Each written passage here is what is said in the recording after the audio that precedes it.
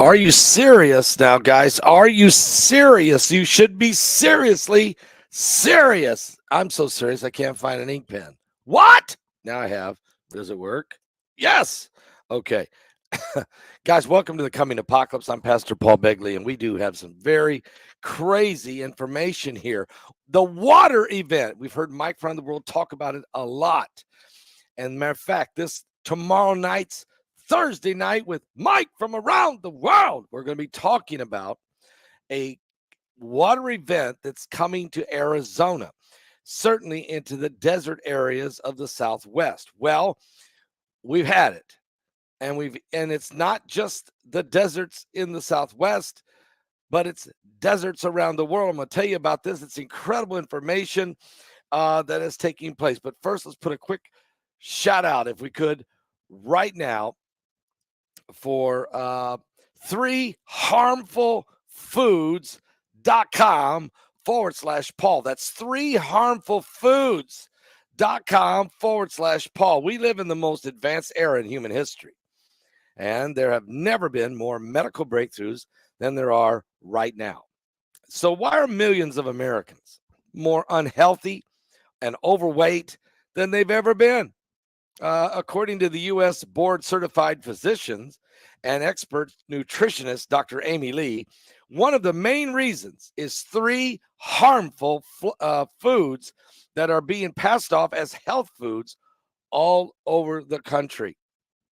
Matter of fact, and wait till you hear this, because these foods can cause weight gain, clog your digestive tract, deplete your energy, wreck your skin. They are banned in other countries. Yes, shockingly, they're still legal in the United States. What? And it's time someone shine a light on what they are. Are you serious? Are you serious? Yes, Dr. Amy Lee does just that while explaining how the side effects from these foods are wreaking havoc on the health of millions of Americans. The great news is it's easy to stop and reverse this damage by simply learning which foods to avoid and how to spot them. And by doing so, you can experience easier weight loss, smooth digested, vibrant energy. And to find out these three fake health foods, I want you to go right now, click on the link below in this video, 3harmfulfoods.com/Paul. That's the number, 3harmfulfoods.com/Paul. Click on the link today, and you'll be glad that you did. Yes, you need informed on this. This is insanity. And it seems like every day there's another revelation of another situation of something else that we're being inundated with. And that's food is certainly one of them. Okay, now here's what's going on. Good to see everybody in the chat room. Good morning, everybody. Welcome, Saints, and to all of those of you who are watching right now. The water event. Now, we had a major rainfall in Dubai yesterday. Unbelievable. And I'm talking the biggest rain burst, the most rainfall ever recorded in this desert nation of Dubai since they've been, guys, I'm talking about a whole year's worth of rain happened in 12 hours, and the desert is flooded. But before we go there and tell you how that happened, and we know Mike from around the world's been telling us that we're going to have a tremendous water event coming soon to Arizona. Let's take a look at an event that already happened in California's Death Valley just a few months ago. Death Valley floor has now erupted in a sea of vibrant flowers thanks to a record-setting rainfall that hit on August 20th of 2023. You may remember the Death Valley is so named for being one of the world's most arid places, regularly seeing about 2 inches of rain per year. However, extreme weather events such as Hurricane Hillary have tipped the balance, with the storm system delivering 2.2 inches of rain all in one day on August 20th. I reported on this back when this happened. But I'm bringing it up because of the effects of it.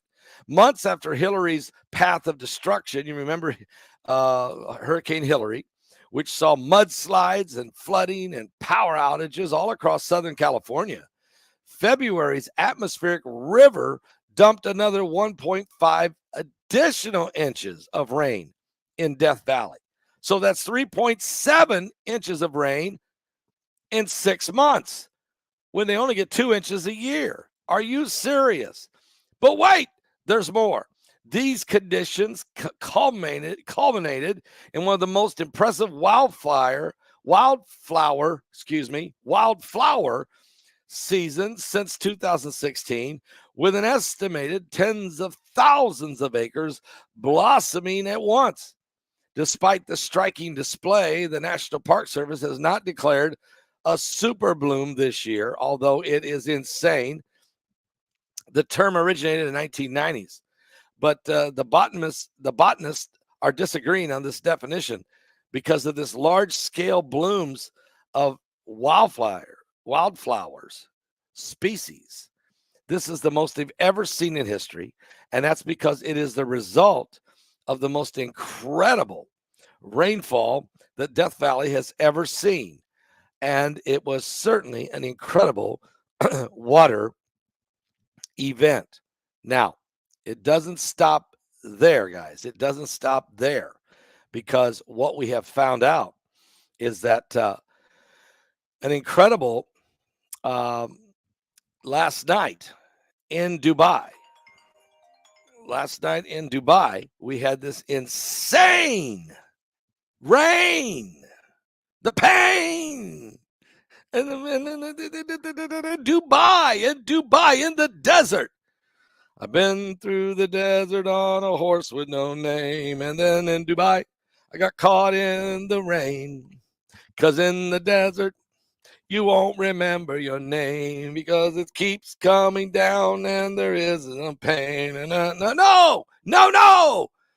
Listen to what happened, guys. It's incredible, but it happened. In Dubai, the desert nation of the United Arab Emirates, or UAE, they attempted to dry out today from the heaviest rainfall ever recorded in the history of this nation. A deluge flooding out Dubai's international airport, disrupting flights through the world's busiest airfield for international travel. The state-run WAM news agency called the rain Tuesday a historic water event. What? A water event in the desert. This surpassed anything ever documented since the start of data collection in 1949, and that's before the discovery of crude oil, even in the energy-rich nation, which was back then part of a British the British Empire, known as the Trucial States. Rain also fell yesterday in Bahrain. It rained in Bahrain, rain in Bahrain, yes, and Oman and Qatar and Saudi Arabia. However, it was nothing compared to the acute rainfall that landed in the United Arab Emirates. One reason may have been cloud seeding. Some people believe that weather modification, and that's when you could talk to Steve Quayle, and he always wants to bring that up because it's going on.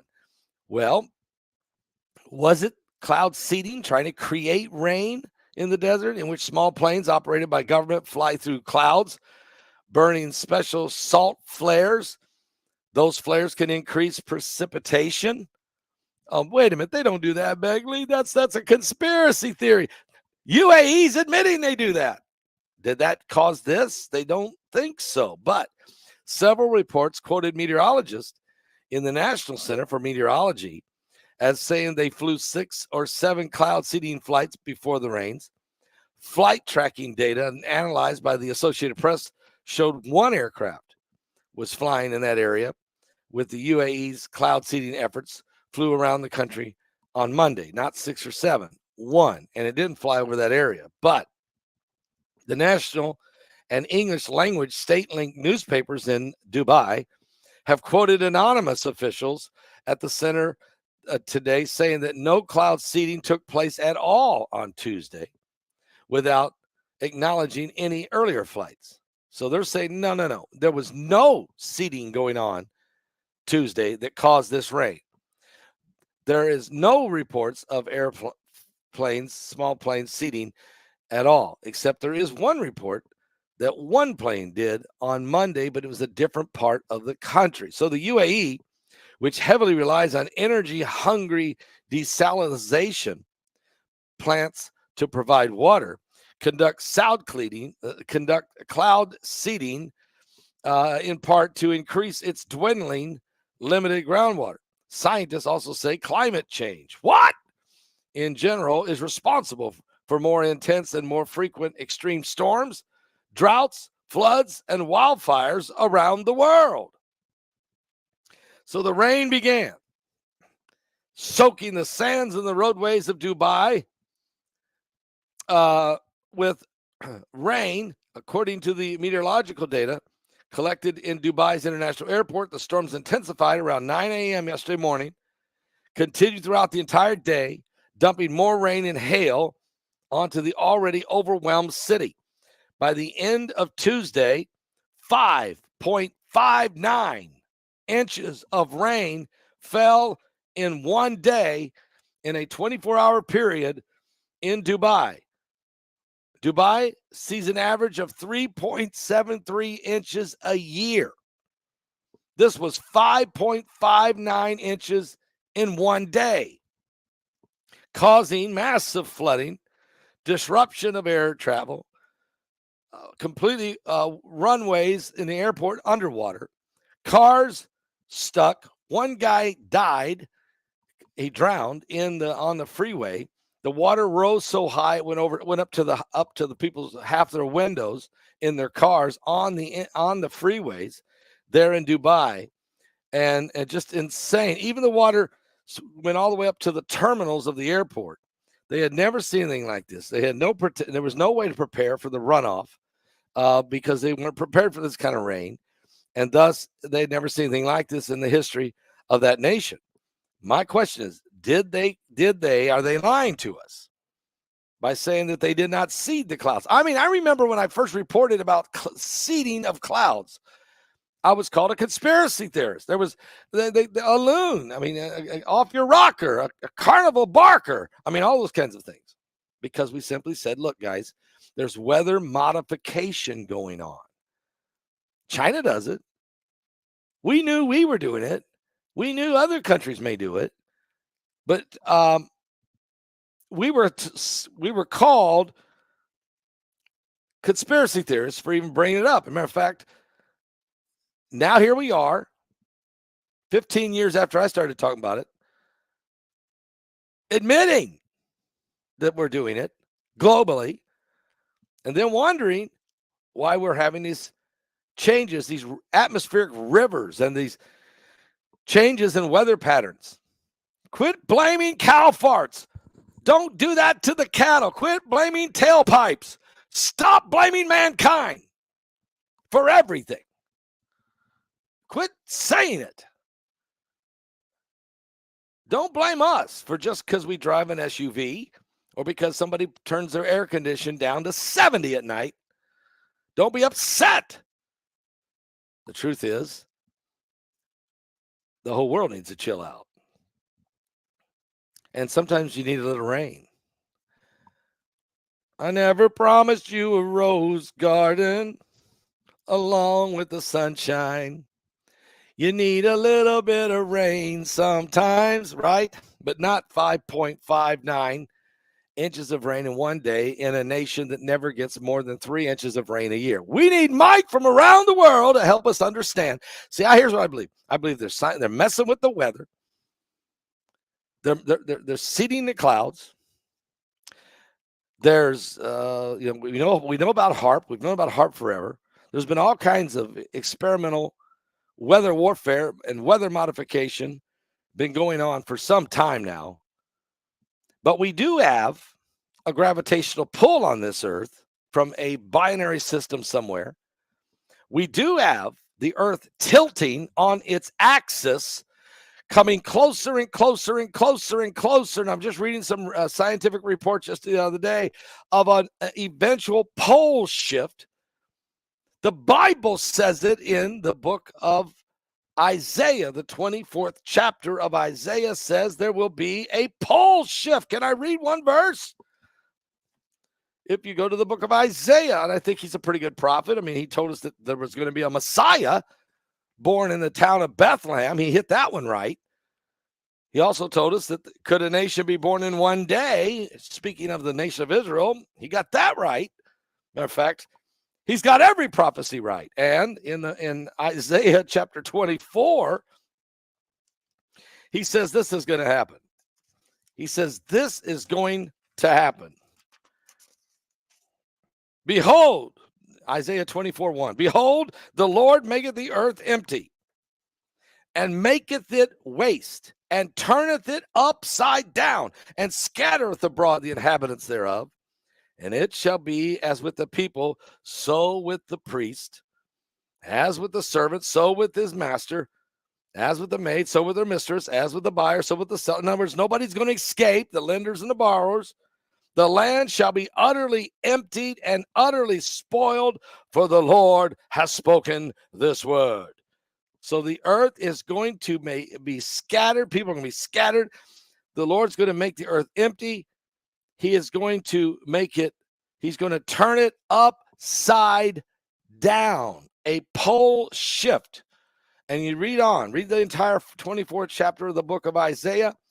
You'll find that it's an incredible information here about an apocalypse.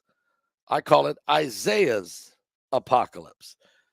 And we put a DVD series about that together, and you can get it at my website at paulbegleyprophecy.com if you want to. So here we are in the end days. Now, Mike from around the world, tomorrow night, don't miss the broadcast. He's going to talk about weather, water, and war, plus other things like the Iran attack. Remember, this is what he said he would talk about. He said, we're going to be talking about weather, water, and war. And that was last Thursday night. If you haven't seen that broadcast, you need to go watch it. And Iran attacked Israel on Saturday night. And now, what do you think is going to happen between now?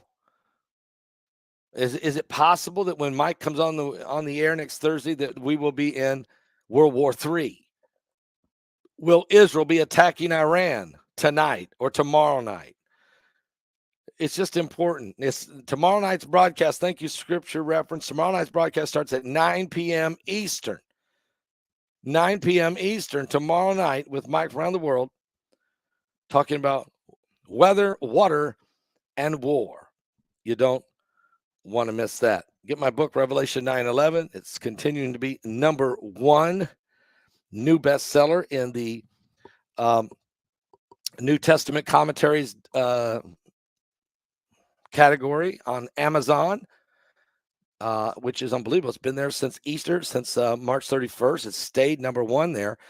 Continue to do very well. Thank you guys for your support. And some of you have not ordered the book. You have not ordered Revelation 9:11. You need to get this done right now and order 5 copies, because you don't want to, when you read this, and I'm getting so much feedback. People are coming. If there's anybody in the chat room right now, there's 777 people in the chat room right now.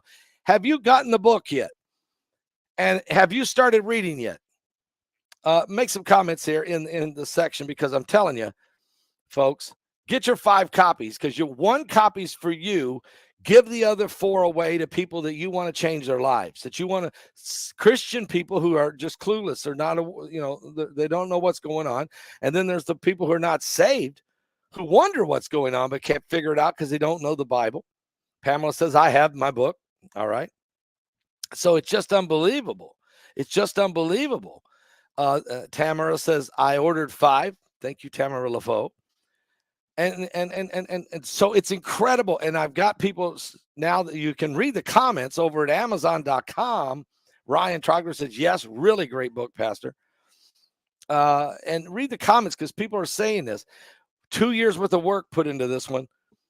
But this is a book to not only prepare people for the coming rapture and resurrection from the dead and the coming of the Lord, but it's also a book that will be relevant after the rapture.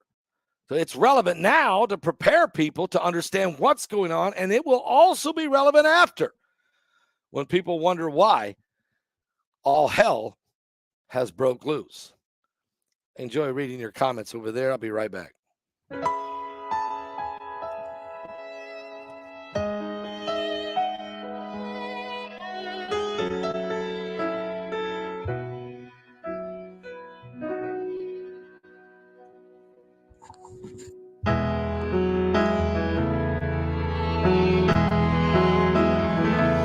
I see geese flying high above the water, a child fishing with his father in the rain. I can smell blackberry brandy and chocolate-covered candy. I see a soldier crying on a train, falling asleep, reading Hemingway. And the light under the Tiffany lamp glows all night long, as I dream with weary wonder, leaving Earth before the dawn. I walk the lonely streets of Paris. I was lost and so afraid, falling asleep, reading Hemingway.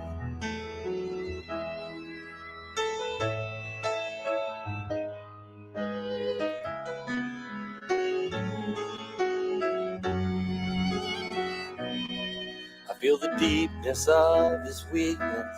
I can taste the brandy sweetness at a roadside Idaho cafe. I can hear old Teddy laughing, Fitzgerald's toes a-tapping to the roaring sounds of yesterday. Falling asleep, reading Hemingway. And the light under the Tiffany lamp glows all night long, as I dream with weary wonder, leaving Earth before the dawn. I walk the lonely streets of Paris. I was lost and so afraid, falling asleep, reading Hemingway.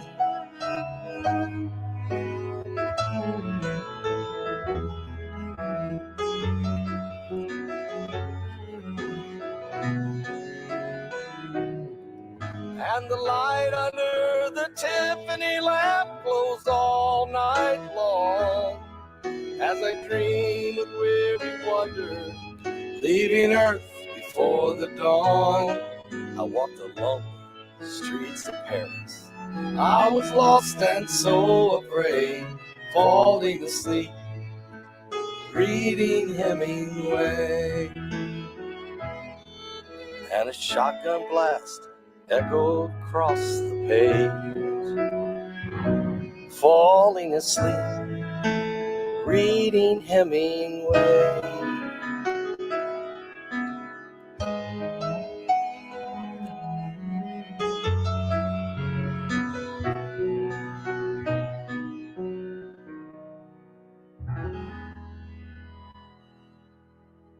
Guys, don't miss tonight of Getting Ready show over at FFC TV. That'll be starting at 7 p.m. tonight. And so I'll be back. I got to do an interview here in a few minutes with Mondo on the Mondo show, along with my co-author, Troy Anderson.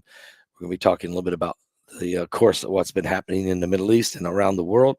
But I'll be back with more current world events and how they relate to biblical prophecy right here on this, the coming apocalypse. Give your life to Jesus Christ, because he's certainly coming very soon. Are you saved? And do you want to be saved? Christ is coming. God bless.